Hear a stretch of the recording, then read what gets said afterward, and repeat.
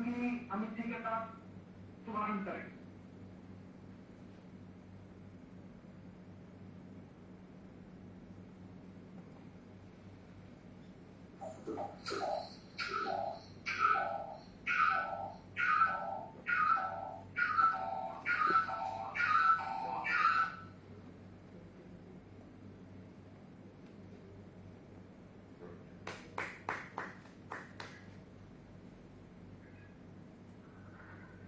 अब मैं निवेदन करूंगा अंतर्राष्ट्रीय सुपर कमजोर समाज के हमारे अध्यक्ष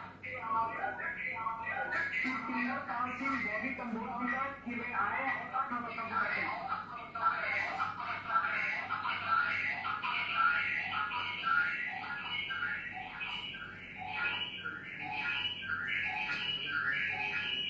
मैं अंतर्राष्ट्रीय सर्वकमजोर समाज की विभिन्न देशों से और भारत से जुड़ी इकाइयों का अभी माननीय श्री राजनाथ जी का अभिनंदन करता हूं, स्वागत करता हूं कि उन्होंने जलियांवाला बाग शहीदों और शहीद उधम सिंह की शहादत को समर्पित एक वेब समागम के लिए हमें अपने व्यस्तित समय से समय निकाल के ये कार्यक्रम दिया। और मैं मान्यवर आपको बताना चाहता हूं कि हमारी संस्था के संस्थापक श्री दौलत राम कम्बोज जी जो 86 वर्ष के हैं, जिनको हम नौजवान बुजुर्ग कहते हैं, उनकी प्रेरणा के लिए संस्था समाज में काम कर रही है। उनकी प्रेरणा से देश में शहीद उधम सिंह जी की 50 के करीब आदमकद प्रतिमाएं लग चुकी हैं और विभिन्न क्षेत्रों में धर्मशालाएं हैं। और हमारी जो संस्था है बच्चों की पढ़ाई का blood donation camp, medical camp जैसे शहीदों की यादगारें बनाने का काम और समाज सेवा का काम करती है। अंत में मैं माननीय श्री राजनाथ जी का, रक्षा मंत्री भारत सरकार जी का तहे दिल से, दिल की गहराइयों से स्वागत करता हूं और धन्यवाद करता हूं कि आपने ये तीसरी बार हमारी संस्था को पहले कैंडल मार्च किया था हमने जंतर मंतर से इंडिया गेट में, और फिर श्री शहीद उधम सिंह जी का आदमकद प्रतिमा जलियांवाला बाग में स्थापित की थी। माननीय राजनाथ जी ने उस समय अपनी हाजिरी वहां पर दी थी।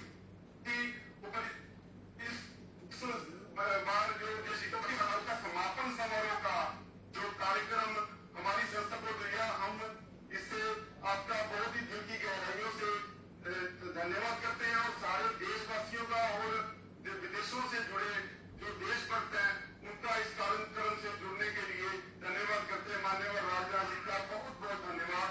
धन्यवाद, बहुत बहुत धन्यवाद बॉबी कम्बोज जी। धन्यवाद बॉबी जी। माननीय श्री राजनाथ सिंह जी का जन्म 10 जुलाई 1991 को उत्तर प्रदेश के चंदौली में हुआ था। 13 साल की उम्र में स्वयं सेवक संघ से जुड़े। गोरखपुर से उन्होंने अपनी MSc की फिजिक्स में डिग्री को प्राप्त किया और 1968 में वो BJY एवं भारतीय जनता युवा मोर्चा के राष्ट्रीय अध्यक्ष बने। 1999 में वो देश के सातपुर मित्र रहे और 2000 सन में उन्हें अखंड उत्तर प्रदेश के आखिरी मुख्यमंत्री बनने का सौभाग्य प्राप्त हुआ। माननीय श्री राजनाथ सिंह सन 2005 और 2013 में भारतीय जनता पार्टी के राष्ट्रीय अध्यक्ष भी रहे और 2014 की भारतीय जनता पार्टी की प्रचंड जीत को हम सबके सामने साकार करने वाले श्री राजनाथ सिंह जी आज हमारे बीच हैं। 2014 में वे देश के गृह मंत्री भी रहे और उनको श्रेय जाता है कि किस प्रकार उन्होंने देश से नक्सलवाद को खत्म किया। 2019 में रक्षा मंत्री जी बनने के बाद उनका पहला प्रवास, पहला दिन सियाचिन में था। माननीय श्री राजनाथ सिंह जी को यह भी श्रेय जाता है कि T-5 Globemaster, Apache helicopter, Chinook helicopter और अब राफेल इस देश को समर्पित, इस देश की सुरक्षा में लगाने में माननीय श्री राजनाथ सिंह जी का बहुत बड़ा योगदान है। अब मैं जरा भी विलंब न करते हुए मैं आग्रह करूंगा देश के यशस्वी रक्षा मंत्री माननीय श्री राजनाथ सिंह जी कि वो हमारे सामने आए और अपना उद्बोधन हमारे सामने रखे। माननीय जी। धन्यवाद अभिलाष शर्मा। चौधरी दौलतराम जी, सरपरस्त कंबोज समाज, श्री अरुण सूद, प्रदेश अध्यक्ष भारतीय जनता पार्टी चंडीगढ़, श्री दिनेश कुमार जी शर्मा, प्रोफेसर प्रेम सिंह जी चंदू माजरा, पूर्व सांसद, बॉबी काम्बोज, अध्यक्ष अंतर्राष्ट्रीय सर्व काम्बोज सभा, बाबा ब्रह्मदास, श्री अमित राणा, प्रदेश सचिव भारतीय जनता पार्टी चंडीगढ़, श्री अभिनव शर्मा, प्रदेश उपाध्यक्ष युवा मोर्चा, हरमीत चंद्र सिंह पम्मा, पाला बट्टी एवं अन्य मेरे इस कार्यक्रम में शिरकत कर रहे बहनों एवं भाइयों, सबसे पहले तो मैं इंटरनेशनल सर्व काम्बोज समाज को बधाई देता हूं कि उन्होंने इस कार्यक्रम की संकल्पना की है और कोरोना की इस वैश्विक महामारी के कारण आमने सामने बैठकर बात करना तो संभव नहीं है। इसलिए मैं समझता हूं कि अधिकांश कार्यक्रम अब सारे देश भर में यह वीडियो कॉन्फ्रेंसिंग के माध्यम से ही हो रहे हैं। इसके बावजूद हम लोगों ने टेक्नोलॉजी का सहारा लिया है और इस कार्यक्रम को भी टेक्नोलॉजी का सहारा लेकर ही हम आज संपन्न कर रहे हैं। आज का यह कार्यक्रम जहां जलियांवाला बाग के शताब्दी वर्ष के पूरे होने के उपलक्ष्य में रखा गया है, वहीं इस कार्यक्रम के माध्यम से भारत माता के उस वीर सपूत सरदार उधम सिंह को भी हम सब याद कर रहे हैं, जिसने जलियांवाला बाग हत्याकांड को अंजाम देने वाले माइकल ओ डायर को मौत की नींद सुलाकर देश के लिए कुछ कर गुजरने का एक प्रमाण प्रस्तुत किया था। बहनों भाइयों, जलियांवाला बाग नरसंहार के उस कभी न भरने वाली चोट पर अगर किसी ने मरहम लगाया तो मैं कह सकता हूं वह सरदार उधम सिंह जी थे। वह कौन सा भारतीय होगा जिसकी आत्मा जलियांवाला बाग नरसंहार का नाम सुनकर कांप नहीं उठती होगी। ऐसा कोई हिंदुस्तानी नहीं जो अंग्रेजी हुकूमत के उस निकृष्ट कृत्य को भुला पाया होगा। और वीरता के महानतम मिसाल थे सरदार उधम सिंह जी, जिन्होंने अंग्रेजों के उस घृणित कृत्य का बदला अंग्रेजों की सरजमी पर जाकर लिया था। माइकल ओ डायर को मारकर उधम सिंह ने यह संदेश पूरे विश्व को दे दिया कि बुद्ध और महावीर की इस धरती ने कभी भी हिंसा को मान्यता नहीं दी है, पर अत्याचारियों को भी इस धरती ने कभी बख्शा नहीं है। बहनों भाइयों, सरदार उधम सिंह का जीवन आंदोलनकारियों को प्रेरणा देता रहा और गलत के खिलाफ आवाज उठाने वालों को हमेशा प्रेरणा यह भविष्य में भी देता रहेगा, ऐसा मेरा विश्वास है। 2 साल पहले अमृतसर में आप लोगों ने ही मुझे उस महान क्रांतिकारी की प्रतिमा का अनावरण करने के लिए जलियांवाला बाग के सामने जो जिस प्रतिमा का अनावरण हुआ था उसके निमित्त बुलाया था। मैं उस अवसर को आज भी अपना सौभाग्य मानता हूं। अमर शहीद उधम सिंह को यह देश आज तक नहीं भूला है और न कभी भूलेगा। उनकी प्रतिमा को जलियांवाला बाग में लगाकर आप लोगों ने केवल शहीद उधम सिंह का सम्मान नहीं किया है, बल्कि उन सैकड़ों शहीदों की शहादत का भी सम्मान किया है, जिन्होंने की आजादी की लड़ाई में अपनी जाने गंवाने का काम किया है। मेरे बहनों भाइयों, यह भी एक सुखद संयोग है कि आज उस दिन हम अमर शहीद उधम सिंह और उनके जैसे अनेक क्रांतिकारियों का जो स्मरण कर रहे हैं। इसी दिन, आज यह 9 अगस्त 1942 है, इसी दिन को महात्मा गांधी के नेतृत्व में पूरे देश में अंग्रेजों भारत छोड़ो आंदोलन का आह्वान किया गया था। शहीद उधम सिंह भारत के स्वाधीनता संग्राम के एक यूथ आइकन हैं और यूथ आइकन के रूप में उनकी मान्यता भविष्य में भी बनी रहेगी, ऐसा मेरा विश्वास है। आप विश्व का इतिहास उठाकर देखिए, जब भी किसी देश में बड़े परिवर्तन हुए हैं, उसका नेतृत्व यदि किसी ने किया है तो उस देश के नौजवानों ने उसका नेतृत्व किया है। अंग्रेजों के खिलाफ संघर्ष तो भारत में दशकों क्या 1.5 शताब्दी से चल रहा था, मगर इस संघर्ष को धार तब मिली जब युवाओं ने अंग्रेजी जुल्म के खिलाफ बगावत का बिगुल फूंका था। मित्रों, अगर आप शहीद उधम सिंह के जीवन को ध्यान से पढ़ें तो आप पाएंगे कि उनके अंदर मातृभूमि को आजाद कराने का जज्बा यह कितना बड़ा था कि विदेशों में भी उन्होंने अंग्रेजों के शासन के खिलाफ जनमत तैयार करने का काम किया था। क्रांतिकारियों को जोड़ा और उनके साथ सक्रिय सहयोग भी किया। जेल भी गए, मगर किसी भी सूरत में उनके सामने उनका लक्ष्य कभी ओझल नहीं होने पाया था। और किसी को यह भ्रम हो सकता है कि शहीद उधम सिंह का लक्ष्य केवल जलियांवाला बाग हत्याकांड का बदला लेना था। यदि यही उनका लक्ष्य होता तो गोली चलाने वाले जनरल डायर की मृत्यु के बाद उन्होंने माइकल ओ डायर पर हमला करने का विचार छोड़ दिया होता। शहीद उधम सिंह उस मानसिकता को दबाना चाहते थे जो भारतीयों पर जुल्म ढाने को सही मानती थी। मेरे साथियों, माइकल ओ डायर भले ही उस दिन जलियांवाला बाग में नहीं था, मगर पंजाब का उस समय गवर्नर होने के नाते इस हत्याकांड की पूरी जिम्मेदारी यह उन पर बनती थी। और शहीद उधम सिंह का माइकल ओ डायर पर हमला दमनकारी मानसिकता पर यह प्रहार था, ऐसा मैं मानता हूं। शहीद उधम सिंह कभी मौत से नहीं डरे। वे ऐसे जाबाज थे जो मौत की आंखों में आंख डालने की यह हिम्मत रखते थे। एक ऐसे नौजवान थे।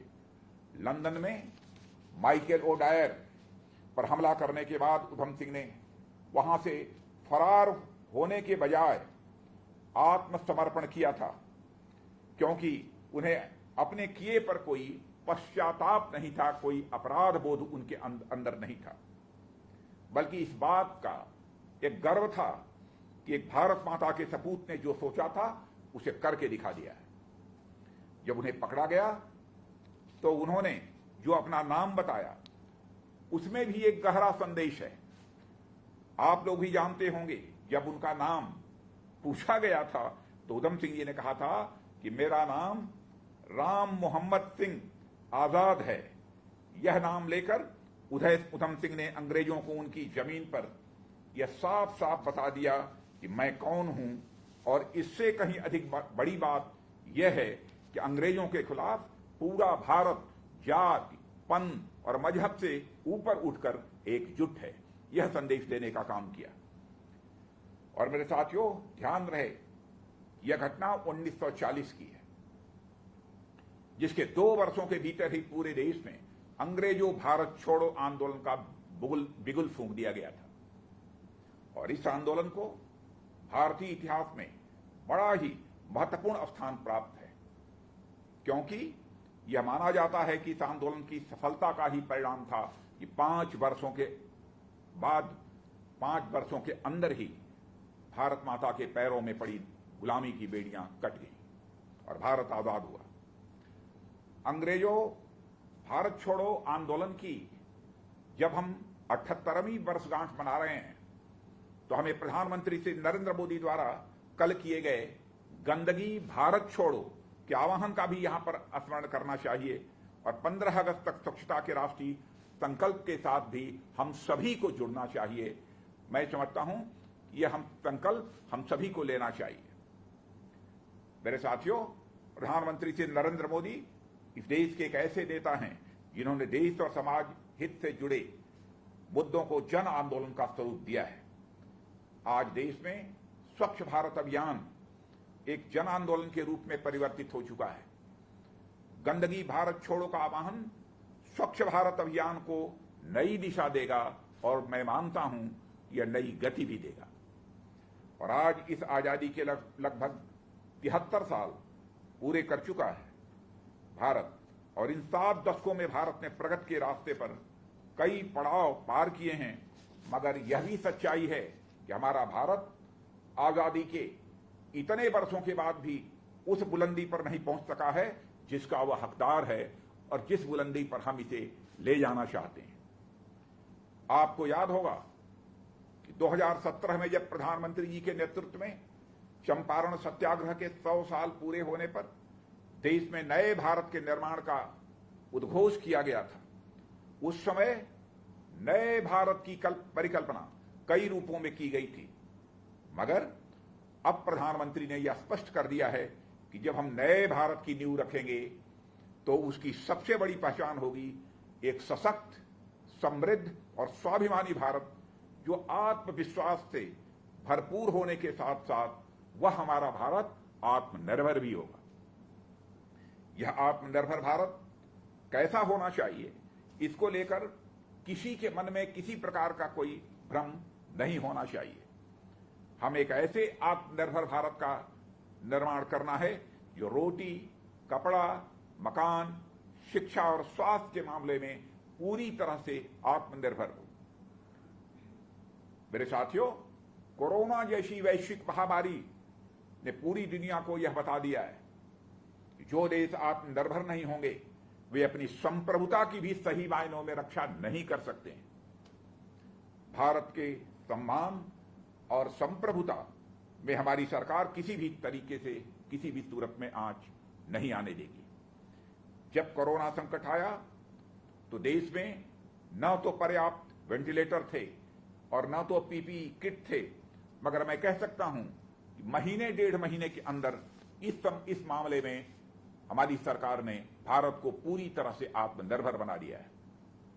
उद्योगों और विशेषकर मैन्युफैक्चरिंग सेक्टर में भारतीय कंपनियों को प्रोत्साहन देने पर बल दिया जा रहा है और भारत सरकार ने तो यह भी फैसला कर लिया है कि 200 करोड़ रुपए के टेंडर में कोई भी विदेशी फर्म अब भाग नहीं लेगी। कोरोना की इस आपदा के दौरान ही देश में आत्मनिर्भरता को तो हम लोगों ने बढ़ाने की कोशिश की है और इसके लिए प्रधानमंत्री ने 20 लाख करोड़ रुपए का एक ऐतिहासिक पैकेज की भी घोषणा की है। इसके अंतर्गत भारत सरकार के तमाम विभाग अपने अपने यहां आत्मनिर्भरता को बढ़ावा देने के लिए प्रयत्नशील हैं। रक्षा मंत्रालय भी आत्मनिर्भरता के सपने को साकार करने की दिशा में आगे बढ़ रहा है और हम अपनी रक्षा जरूरतों के मामले में जहां विदेशी निर्भरता कम कर रहे हैं, वहीं भारतीय डिफेंस मैन्युफैक्चरर्स के लिए तमाम जो भी सुविधाएं मुहैया कराई जा सकती हैं, वह तमाम सुविधाएं भी हम उनको मुहैया करा रहे हैं। रक्षा क्षेत्र में भारतीय कंपनियां बढ़ चढ़कर भागीदारी को और आयात पर हमारी निर्भरता को कम हो, इसके लिए जहां हमें मेक इन इंडिया को बढ़ावा दे रहे हैं, वहीं बड़े और कड़े निर्णय लेकर हम वोकल फॉर लोकल भी हो रहे हैं। मेरे साथियों, आज ही मैंने भी घोषणा की है कि भारत में 101 रक्षा ऐसी सामग्रियां होंगी जिनके आयात पर अब प्रतिबंध लगा दिया गया है। यानी अब बड़े बड़े हथियार और अन्य रक्षा सामग्री भारत में ही बनेंगे, उनका निर्माण भारत में होगा। अब उन्हें दुनिया के दूसरे देशों से अब इंपोर्ट नहीं किया जाएगा। इतना ही नहीं, मौजूदा वित्त वर्ष में ही जो कैपिटल प्रोक्योरमेंट का जो बजट था, उसको भी 2 भागों में सीधा सीधा बांट दिया गया है। यानी अब यह अलग से रक्षा मंत्रालय में तय कर दिया गया है कि हम कितने मूल्य के रक्षा उपकरण केवल देसी कंपनियों से खरीदेंगे।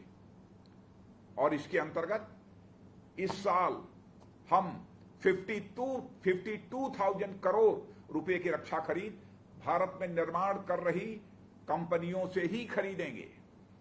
और मैं मानता हूं कि स्वाधीनता संग्राम में हमारे स्वतंत्रता सेनानियों ने स्वदेशी का जो विचार दिया था और महात्मा गांधी ने जो स्वदेशी का विचार दिया था, अब उसको हमारी सरकार एक नया तेवर और एक नया कलेवर दे रही है।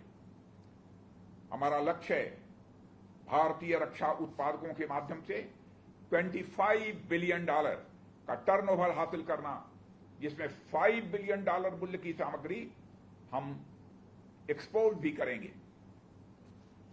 अगले सप्ताह मेरे साथियों, लाल किले की प्राचीर से प्रधानमंत्री से नरेंद्र मोदी स्वतंत्रता दिवस के अवसर पर देश को संबोधित करेंगे। एक प्रधानमंत्री के रूप में भारत को एक सशक्त और स्वाभिमानी देश बनाने में उन्होंने कोई कसर नहीं छोड़ी है। निश्चित रूप से इस साल भी लाल किले से वे आत्मनिर्भर भारत के निर्माण की दिशा में कुछ नई रूपरेखा भी देश के सामने रखेंगे। और कई बार लोग, मेरे मित्रों, ये सोचते हैं कि उधम सिंह जैसे क्रांतिकारियों ने केवल भारत को आजाद कराने के लिए प्राणों का बलिदान किया था, लेकिन मेरा यह मानना है कि स्वाधीनता संग्राम के समय में हर क्रांतिकारी और स्वतंत्रता संग्राम सेनानी के मन में मेरे सपनों के भारत की एक तस्वीर थी, जिसके लिए उन्होंने बलिदान देना स्वीकार किया था और अपना बलिदान दिया था। जब हम सपनों के भारत की बात करते हैं तो आजादी के साथ साथ भारत की आत्मनिर्भरता हर आंखों में पलने वाला भी एक सपना था। आज हर भारतवासी को उसी आत्मनिर्भर भारत के निर्माण के साथ खुद को जोड़ना है। हर व्यक्ति, हर संगठन की राष्ट्रीय जिम्मेदारी है कि वह अपने अपने क्षेत्र में आत्मनिर्भरता के लिए काम करे और एक आत्मविश्वास से भरे आत्मनिर्भर भारत का निर्माण करने में वह अपना योगदान दे। इन्हीं शब्दों के साथ मैं काम्बोज समाज के प्रति आभार व्यक्त करना चाहता हूं कि आज उन्होंने शहीद सरदार उधम सिंह की स्मृति में एक इतना बड़ा आयोजन यहां संपन्न किया और इस कार्यक्रम में मुझे भी आमंत्रित किया है। इस कार्यक्रम में शिरकत करना यह मैं अपना सौभाग्य मानता हूं। आप सबको बहुत बहुत धन्यवाद।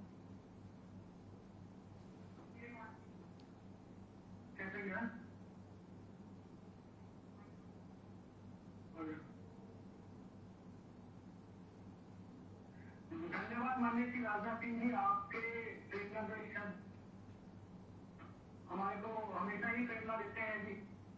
और मैं इस मौके पर आपको ये भी कहना चाहूंगा कि माननीय जी का युवाओं के प्रति हमेशा ही स्नेह बहुत ज्यादा बना रहता है। और मैं अब आग्रह करूंगा श्री अमित राणा जी से कि मैं कार्यक्रम को आगे बढ़ाएं। आदरणीय राजनाथ सिंह जी का मैं बहुत बहुत धन्यवाद करता हूँ। कितनी सरलता से, कितनी सहजता से पूरी बात उन्होंने, किस प्रकार से शहीद उधम सिंह की शहादत हुई और उसके बाद से एक आत्मनिर्भर भारत के ऊपर जिस हिसाब से इन्होंने बोला, एक कहीं ना कहीं हम सभी युवाओं के प्रति, युवाओं को एक ऊर्जा का संचार हमेशा जब भी आप बोलते हैं तो हमें वो मिलता है।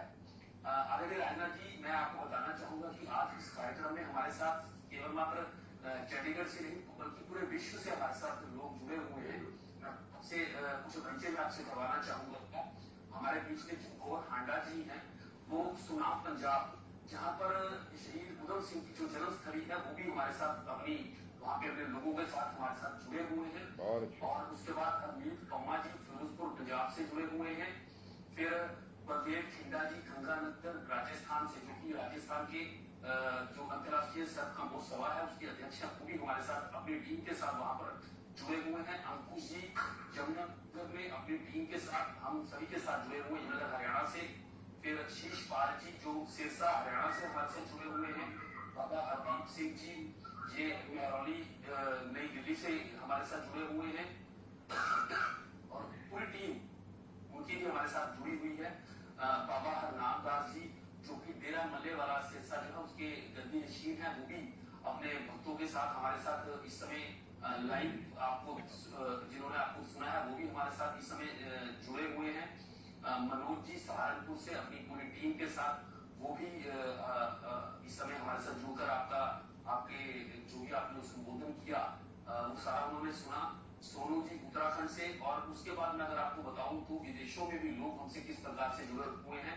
राजकुमार जी फ्रैंकफर्ट जर्मनी से, जो जर्मनी है वहां से हमसे जुड़े हुए हैं और वो भी अपने साथ वहाँ पे जो सब समाज के लोग हैं उनके साथ हमारे साथ जुड़े हुए हैं। राजा जी कैलिफोर्निया यूएसए से हमारे साथ जुड़े हुए हैं। और सुखबीर सिंह जी टोरंटो कनाडा से, वो भी हमारे साथ इस समय की अपनी टीम के साथ जुड़े हुए हैं। तो ये कार्यक्रम जो था जिसमें हम सब ने प्रयास किया कि पूरे विश्व के जो काम्बोज समाज है वो लोग आपको सुन पाए, आपके जो शब्द हैं, जो आपकी अमृतवाणी है, जो जिसके माध्यम से आपने सरदार शहीद उधम सिंह से लेकर आपने किस प्रकार से आत्मनिर्भर भारत और मंत्रालय में, जैसे कि आज ही आपने बताया कि किस प्रकार से काफी नीतियां आपने चेंज की उसके बारे में उन सभी ने आपकी बातें सुनी। मैं धन्यवाद करना चाहूंगा आपका एक बार फिर से कि आप हमारे साथ जुड़े। धन्यवाद अमित राणा, बहुत अच्छे। मान्य जी, हमारे साथ बाबा मुंबई शाह जी जुड़े हुए हैं जो गद्दी नशीन है बाबा ब्रह्मनाथ जी के। मैं उनसे गुजारिश करूंगा कि वह अंत में आपसे जो दो शब्द कहना चाहते थे, तो ब्रह्मनाथ जी।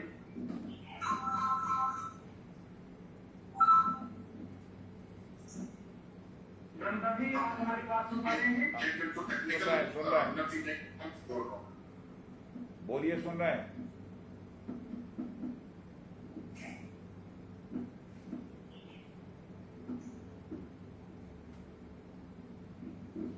टेक्निकल एरर लगी है मेरे को भी यहाँ पे जितने रेगिस्तान से ज्वाइन कर रखे हैं जी निराला जी, ब्रह्मदास जी शायद नहीं जुड़ पाएंगे मान्य जी। तो ऐसे है कि जो अंतर्राष्ट्रीय हर समूह समाज के अध्यक्ष हैं श्री बॉबी कम्बोज जी, वो उनकी जो एक उन्होंने आपसे जो बात करनी थी, वो मैं चाहूंगा कि वो बॉबी कम्बोज जी आपके सामने रख दें। बॉबी जी, आप सुन पा रहे हैं मुझे?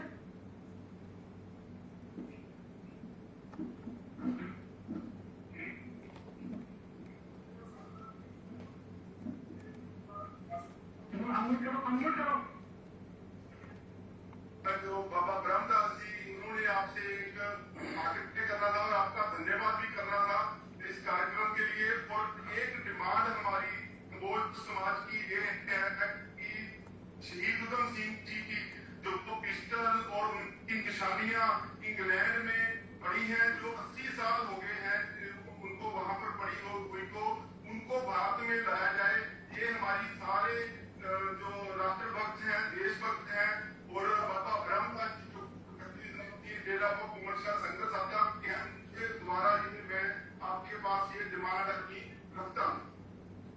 धन्यवाद। धन्यवाद बॉबी जी।